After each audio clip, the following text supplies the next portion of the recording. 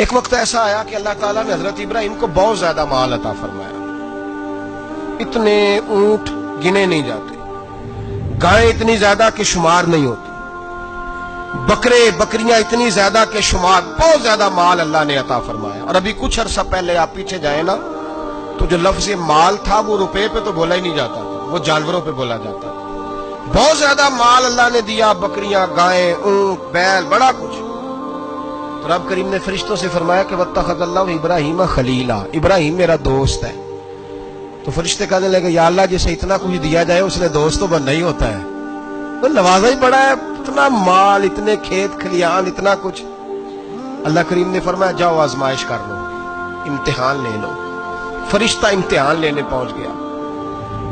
حضرت ابراہیم کے جانور چر رہے ہیں چراگاہ میں، حضرت ابراہیم بھی ہیں، غلام بھی ہیں، بہت بڑا ریوڑ ہے. آپ تشریف فرمائے. ایک فرشتہ آیا تو کھیت میں چھپ کے بیٹھ گیا اور بلند آواز سے کہنے لگے سبحان اللہ والحمدللہ ولا الہ الا اللہ واللہ اکبر. اب وہ حضرت سیدنا ابراہیم علیہ السلام کھڑے تھے تو وہ کھیت میں بیٹھ کے تسبیح پڑھنے لگا سبحان اللہ والحمدللہ ولا الہ الا اللہ. حضرت ابراہیم کہنے لگے یہ میرے رب کا نام کون لے رہا ہے؟ بڑی اس کی میٹھی آواز ہے، بڑی، کون ہے؟ ڈھونڈنے لگے، گھومتے گھومتے اس کے پاس چلے گئے. فرشتہ انسانی شکل میں، تو میرے رب کا ذکر کر رہا تھا؟ اس نے کہا میں ہی کر رہا تھا. فرمانے لگے یار ایک دفعہ پھر نہیں کرتا؟ تو کہنے لگا ابراہیم پہلے تو میں اپنی مرضی سے کر رہا تھا، تو کہتا ہے تو پیسے لگیں گے، پیسے ہیں تو کر دیتا ہوں. حضرت ابراہیم کہنے لگے بول تو کیا لے گا؟ میرے اللہ کا ذکر سنانے کا کیا لے گا؟ کہنے لگا جتنی بکریاں آپ چرا رہے ہیں ساری دے دے تو میں اللہ کا ذکر سنا دیتا ہوں. آپ نے فرمایا بس جا تیری ساری ہوئی میرے رب کا ذکر سنا. اور پھر شروع ہو گیا سبحان اللہ الحمدللہ ولا الہ الا اللہ واللہ اکبر. حضرت ابراہیم علیہ السلام کیف میں یار پھر ذرا سنا، نا علما وچ پھسا سانو تو یار دی گل سنا سانو، ذرا دوبارہ سنا. میں پھر سنایا، ایک دفعہ پھر کہا. فرشتہ کہنے لگا بس جی آپ کے پیسے پورے ہو گئے. حضرت ابراہیم کہنے لگے چل ایک دفعہ اور سناؤ. کہنے لگا پیسے لگیں گے. تو کیا لے گا؟ کہنے لگا گائیں بھینسیں ساری میری.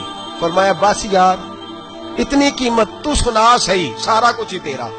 پھر شروع ہو گیا سبحان اللہ والحمدللہ ولا الہ الا اللہ واللہ اکبر.